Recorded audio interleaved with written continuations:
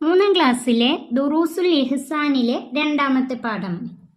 ബിസ്മില്ലാഹിർ റഹ്മാനിർ റഹീം. പാഠം 2, അയൽവാസികൾ. ഒന്നാമത്തെ പാഠം കുടുംബക്കാരെ കുറിച്ചാണ്. രണ്ടാമത്തെ പാഠം അയൽവാസികൾ. പാഠം നോക്കാം. കൂട്ടുകാരെ, നമ്മുടെ അടുത്ത വീടുകളിൽ പ്രയാസമുണ്ടാവുമ്പോൾ സഹായത്തിനു വേണ്ടി നാം അവിടെ ഓടിയെത്താറില്ലേ? അടുത്ത വീടുകളിൽ പ്രയാസമുണ്ടാവുമ്പോൾ സഹായത്തിനു വേണ്ടി ഓടിയെത്താറില്ലേ? നമ്മുടെ വീടിൻ്റെ ഓരോ ഭാഗത്തേക്കുമുള്ള 40 വീടുകളിലുള്ളവർ നമ്മുടെ അയൽവാസികളാണ്. നമ്മുടെ അയൽവാസികൾ ആരാണ്? നമ്മുടെ വീടിൻ്റെ ഓരോ ഭാഗത്തേക്കുമുള്ള 4 ഭാഗത്തേക്കുമുള്ള 40 വീടുകളിലുള്ളവർ നമ്മുടെ അയൽവാസികളാണ്. നല്ല 2 അയൽവാസികളെ കുറിച്ച് നിങ്ങൾക്ക് ഇഷ്ടമാകുന്ന ഒരു കഥ പറയാം. നല്ല 2 അയൽവാസികളെ കുറിച്ച് ഒരു കഥ പറയാം.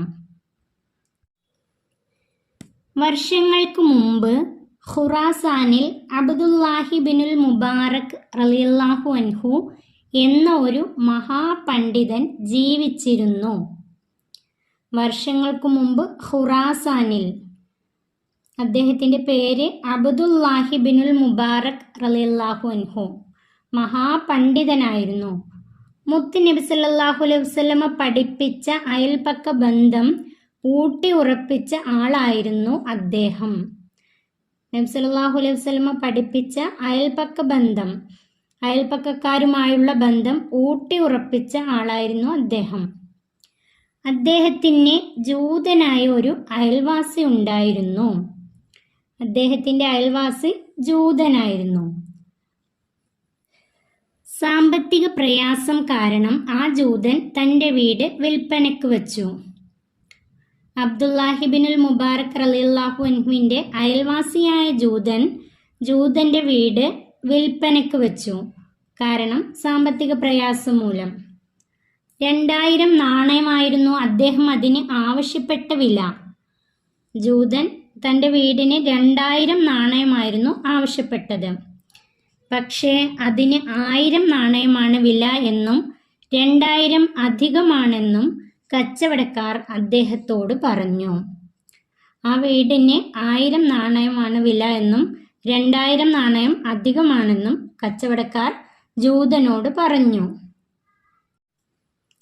അപ്പോൾ അദ്ദേഹം പറഞ്ഞു, ആ ജൂതൻ എന്താ പറഞ്ഞത്? നിങ്ങൾ പറഞ്ഞത് ശരിയാണ്, വീടിൻ്റെ വില 1000 നാണയമാണ്. 1000 നാണയം എൻ്റെ നല്ല അയൽപക്കത്തിനുള്ള വിലയാണ്. ജൂതൻ വീട് വിൽക്കുകയാണ്. വീടിൻ്റെ വില 1000 നാണയമാണ്. അതിൻ്റെ കൂടെയുള്ള 1000 നാണയം എൻ്റെ അയൽപക്കത്തിനുള്ള വിലയാണ്. ജൂതന് നല്ലൊരു അയൽവാസി ഉണ്ടായിരുന്നു. വീട് വിറ്റു പോകുന്ന സമയത്ത് അയൽപക്കം കൂടി വിൽക്കേണ്ടി വരും. അപ്പോൾ അദ്ദേഹം പറഞ്ഞത് 1000 നാണയം എൻ്റെ അയൽപക്കത്തിനുള്ള വിലയാണ്. ആരാണ് നിങ്ങളുടെ അയൽവാസി എന്ന് ചോദിച്ചപ്പോൾ അബ്ദുല്ലാഹി ബിനുൽ മുബാറക് റളിയല്ലാഹു അൻഹു ആണെന്ന് ആ ജൂതൻ മറുപടി പറഞ്ഞു. നിങ്ങളുടെ അയൽവാസി ആരാണ് എന്ന് ചോദിച്ചപ്പോൾ അബ്ദുല്ലാഹി ബിനുൽ മുബാറക് റളിയല്ലാഹു അൻഹു ആണെന്ന് ജൂതൻ മറുപടി പറഞ്ഞു. ഈ സംഭവം അറിഞ്ഞ് അബ്ദുല്ലാഹി ബിനുൽ മുബാറക് റളിയല്ലാഹു അൻഹു വീടിൻ്റെ വില ജൂതന് നൽകുകയും വീട് വിൽക്കരുത് എന്ന് ഉപദേശിക്കുകയും ചെയ്തു. ഈ സംഭവം അറിഞ്ഞ അബ്ദുല്ലാഹി ബിനുൽ മുബാറക് റളിയല്ലാഹു അൻഹു വീടിൻ്റെ വില ജൂതന് നൽകുകയും ഈ വീട് വിൽക്കരുത് എന്ന് ഉപദേശിക്കുകയും ചെയ്തു. അബ്ദുല്ലാഹി ബിനുൽ മുബാറക് റളിയല്ലാഹു അൻഹു നല്ല ഒരു അയൽവാസിയായിരുന്നു. കഥയിലെ ഗുണപാഠങ്ങൾ. ഈ കഥയിലെ ഗുണപാഠങ്ങൾ: അയൽവാസികളെ സ്നേഹിക്കണം. അയൽവാസികളെ സ്നേഹിക്കണം. അവരോട് നല്ല രീതിയിൽ പെരുമാറണം. അയൽവാസികളോട് നല്ല രീതിയിൽ പെരുമാറണം. അയൽവാസി ഏത് മതവിശ്വാസി ആയാലും നാം ഗുണം മാത്രം ചെയ്യണം. അയൽവാസി ഏത് മതത്തിൽപ്പെട്ട ആളായാലും നാം അവരോട് ഗുണം മാത്രം ചെയ്യണം.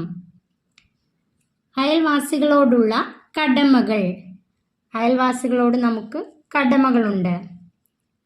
അവരെ വേദനിപ്പിക്കാതിരിക്കുക. അയൽവാസികളെ വേദനിപ്പിക്കാതിരിക്കുക.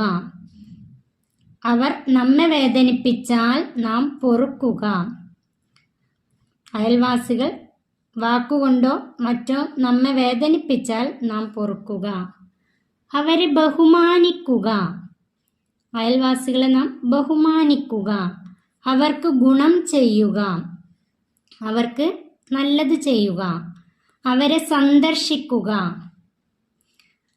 അവരുടെ സുഖവിവരങ്ങൾ അന്വേഷിക്കുക. അവരുടെ സുഖങ്ങളൊക്കെ അന്വേഷിക്കുക. അവരുടെ കുറവുകൾ മറച്ചു വെക്കുക. അവർക്ക് എന്തെങ്കിലും കുറവുകളൊക്കെ ഉണ്ടെങ്കിൽ അത് മറച്ചു വെക്കുക. ഇവയെല്ലാം അയൽവാസികളോടുള്ള കടമകളാണ്. ലൈസൽ മുഅ്മിനുല്ലദീ യശ്ബഉ വജാറുഹു ജാഇഉൻ ഇലാ ജൻബിഹി. അതിൻ്റെ അർത്ഥം അയൽവാസി പട്ടിണി കിടക്കുമ്പോൾ വയർ നിറച്ച് ഉണ്ണുന്നവൻ പൂർണ്ണ വിശ്വാസി അല്ല എന്ന് നബി സല്ലല്ലാഹു അലൈഹി വസല്ലമ പറഞ്ഞിരിക്കുന്നു. അയൽവാസി പട്ടിണി കിടക്കുമ്പോൾ വയർ നിറച്ച് ഉണ്ണുന്നവൻ, വയർ നിറച്ച് ഭക്ഷണം കഴിക്കുന്നവൻ പൂർണ്ണ വിശ്വാസി അല്ല എന്ന് നബി സല്ലല്ലാഹു അലൈഹി വസല്ലമ പറഞ്ഞിരിക്കുന്നു.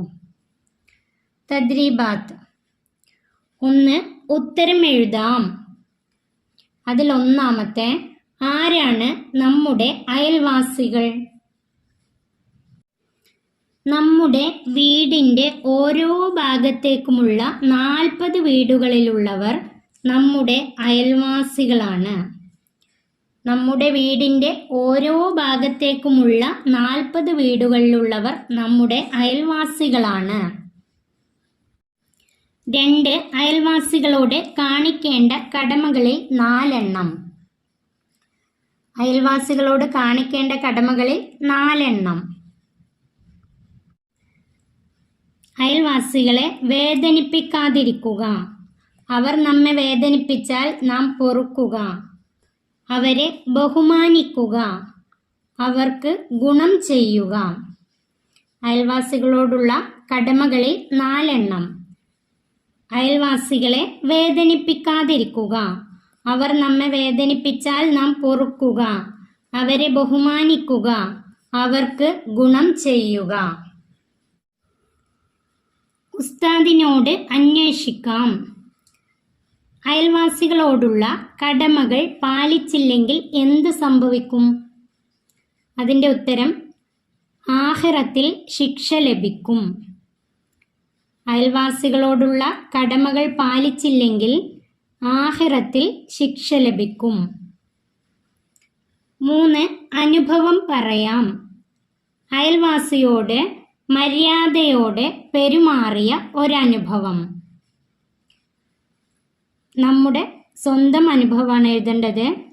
ഉദാഹരണത്തിന്, അയൽവാസിയുടെ മൃഗം എൻ്റെ കൃഷി നശിപ്പിച്ചപ്പോൾ ഞാൻ അവരോട് മര്യാദയോടെ പെരുമാറി. ഉദാഹരണത്തിന് ഇങ്ങനെ എഴുതാം: അയൽവാസിയുടെ മൃഗം എൻ്റെ കൃഷി നശിപ്പിച്ചപ്പോൾ ഞാൻ അവരോട് മര്യാദയോടെ പെരുമാറി. 4. വിലയിരുത്താം.